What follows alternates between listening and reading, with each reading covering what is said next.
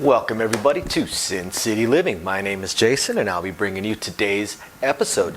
As always, please hit those like and subscribe buttons. We have a ton of content for you guys coming out every single week, every single day generally. Occasionally miss a day like I did during the rodeo that is still ongoing right now. And I hope all of our patrons out there are appreciating the patron-only exclusive videos we're putting out with the Dice class, putting one out every couple of weeks. And if you're curious about that, go ahead and check the description down below. Once I get this whole live stream thing figured out, I'm probably going to do a live stream on the patron site as well. One on the regular site, one on the patron site. I do have the new computer for it. Theoretically, I have everything ready. I'm just so busy currently with this rodeo. And one of our fans asked a question a little while back about ways to tip us, to show appreciation to us without having to sign up as one of our patrons. And at the time we did not have any way of doing it, but I have managed now to get us signed up with a site called Buy Me a Coffee. As I'm sure some of you guys have noticed from some of our videos, Louie and I are both pretty heavy coffee drinkers. So if you're curious about that as well, go ahead and check down below in the description as well. We would definitely appreciate any cups of coffee you're willing to pick up for us. And don't forget to email us with any strategies, questions, suggestions, anything at all. We love shooting those videos for you guys. I actually haven't gotten a new email in about 2 weeks. And also, don't forget, anybody that may be interested in one of the small Sin City Living neons that we have, just email us that as well, sincitylivingLV@gmail.com. Otherwise, I'm going to go ahead and get into today's episode. So for today's video, I want to answer a question that was emailed to us, and this email comes from Ross. And Ross wants to know if there would be any changes to how you play if you were at a lower limit casino. For instance, a lot of the local casinos that do have craps in other states have limits of as low as $500, even as low as $200 max bet. And I even know a dealer that learned craps in another state. I believe it was a tribal casino, and when he came out here to deal in Vegas, told us that that the maximum bet where he had worked was $100 maximum bet on any of these bets, which is extraordinarily low. That's very, very, very low. And in fact, he dealt craps for a couple of days, and then decided that Vegas craps was just not for him, and ended up dealing blackjack and roulette primarily. And I have heard of limits like that, as low as that, even on cruise ships. Cruise ships that have craps may have extremely low limits as well. So how would that change your strategy? Well, it would change it in a couple of different ways, especially if it was as low as, say, $100. When you're getting into the $500 level, it doesn't really change all that much. It just significantly lowers what you were able to win. And you also need to find out a little bit more about the rules of the table if you catch a hot roll. And what I mean by that is, let's say you're on a $500 maximum bet table, and you're in the middle of a fantastic roll, and you started with even something as low as $26 across, because on a very low limit table, chances are $5 minimum bet is in play. It's tough to have a $10 or $25 minimum bet and then only allow a maximum bet of, say, $200. So even if you started with something as low as 26 across, it is most definitely possible to very quickly find yourself at the maximum bet if you are a power presser. If you're not a power presser, maybe just have a medium-size bankroll, like a lot of the players that we get out here, $1,000 or $2,000 bankroll. So you're maybe even starting out at 135 across. 135 across, it's really not hard to get to this level on at least one of the numbers, if not two, without having to catch like an hour-long roll. On a 20-minute roll, you could get one number almost guaranteed up to table max. So then it's important to find out what are the rules of the casino. For instance, for me, when I hit table max, once I hit table max on my bets, I'm likely to let it progress for a little while so I collect. I'll probably go 3, 4 same bet collections. And that means that I'm all the way across on table max. If I only hit one number on table max and the rest are still building themselves up there, I'm actually going to stand pat, and I'm going to use that table max bet to get my other numbers up to table max.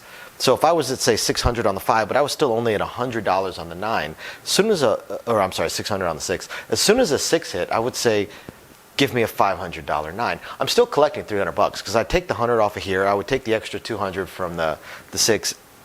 I would drop 500 there. I'd still collect $300. And then the next time something rolled, I would go then to a table max 5 maybe.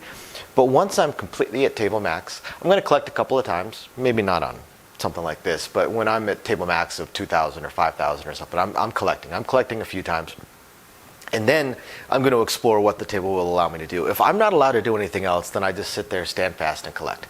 Just collect, collect, collect, collect, collect until the roll ends. But some casinos will have their table max per bet, not towards a number. What I mean by that is towards a number means that your maximum, you can only have a certain amount, a maximum amount of money bet on a particular number. It doesn't matter how you come at it. For instance, if I had a $600 three-way 6, I wouldn't be able to hop the 6s, for instance, because I'm already at the table max as far as going towards the 6. But other casinos, the table max, the maximum bet is based on the individual bets. And if that were the case, if the table max bet is $500, then what I would do one of two things. I would either do, the next time I got paid, instead of collecting it all, I would put 500 of it into the cum. Then wherever it goes, I would tell them to keep me up. If it went to the 9, I would tell them to keep me up. 500 pays 700. Well, 500 is the maximum bet, right? So I'm going to do 500 in odds and collect my $200. So now I'm what we call double parked. That means I have both a place bet and a cum bet. Now I'm going to get paid twice. Should this hit, I'm going to get paid $750 for my odds, plus another $500 for the flat bet. So I'm going to get paid $1,250.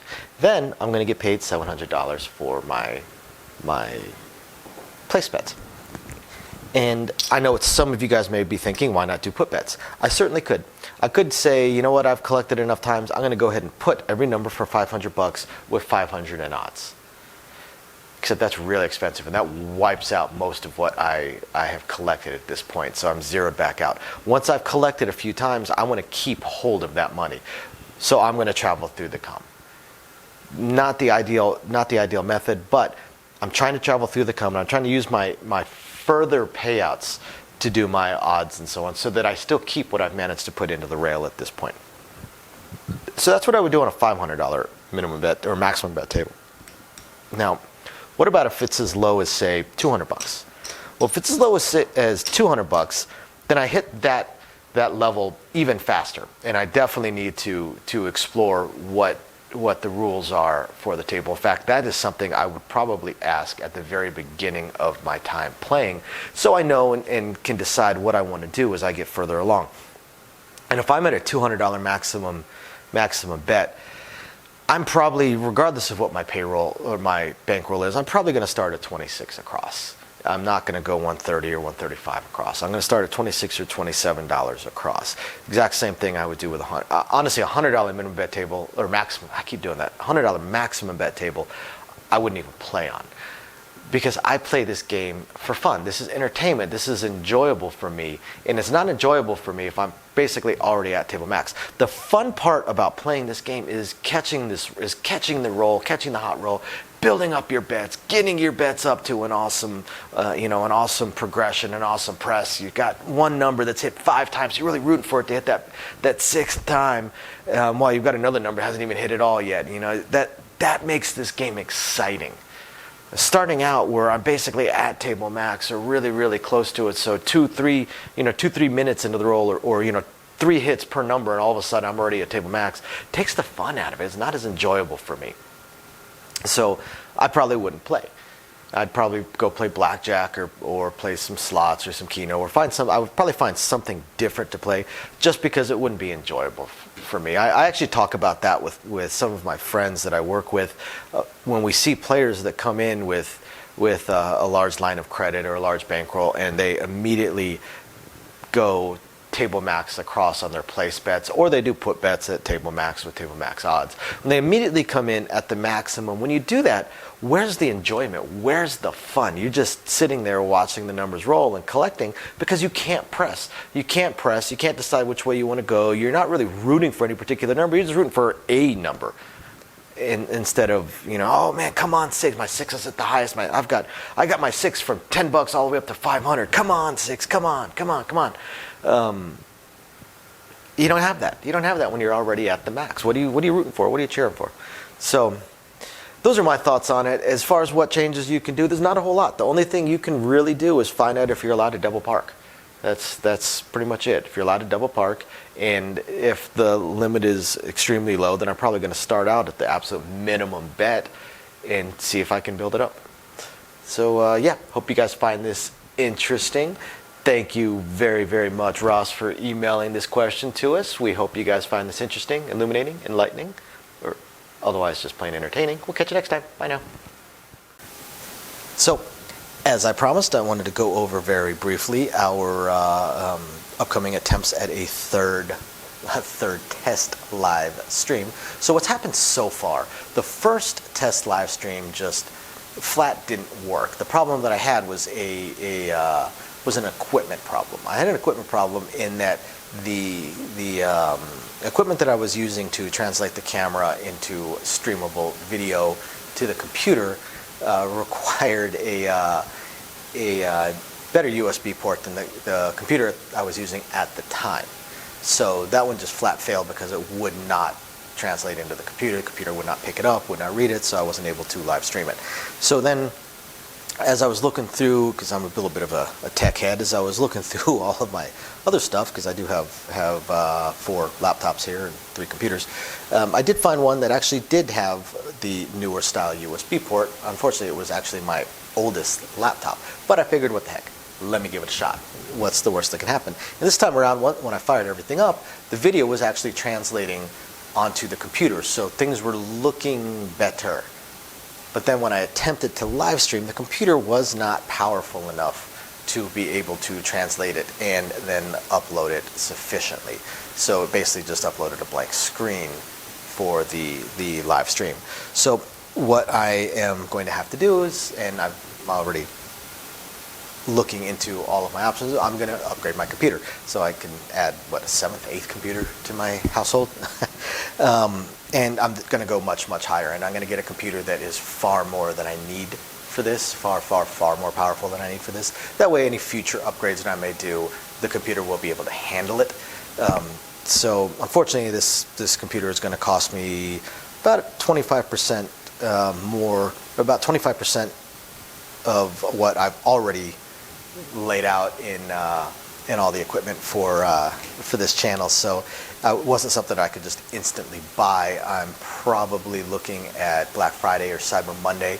So hopefully I have it within the next couple of weeks, and then I'll do another test live stream and see if I can go from there. So I will definitely do at least one weekly live stream on our Patreon because they're the ones that are really helping us get this computer.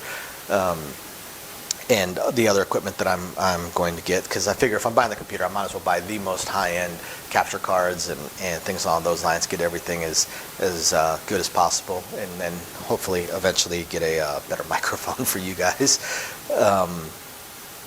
So yeah, that's where we stand on the live stream. As soon as I have the computer and I do the test, which will be in a few weeks, like I said, got to order it in a week or two, then I have to wait for it to ship. Plus, we have probably the biggest event of the year coming up, the NFR National Finals Rodeo. So I'm basically working 2 weeks straight, as is my wife. So not going to have a whole lot of time.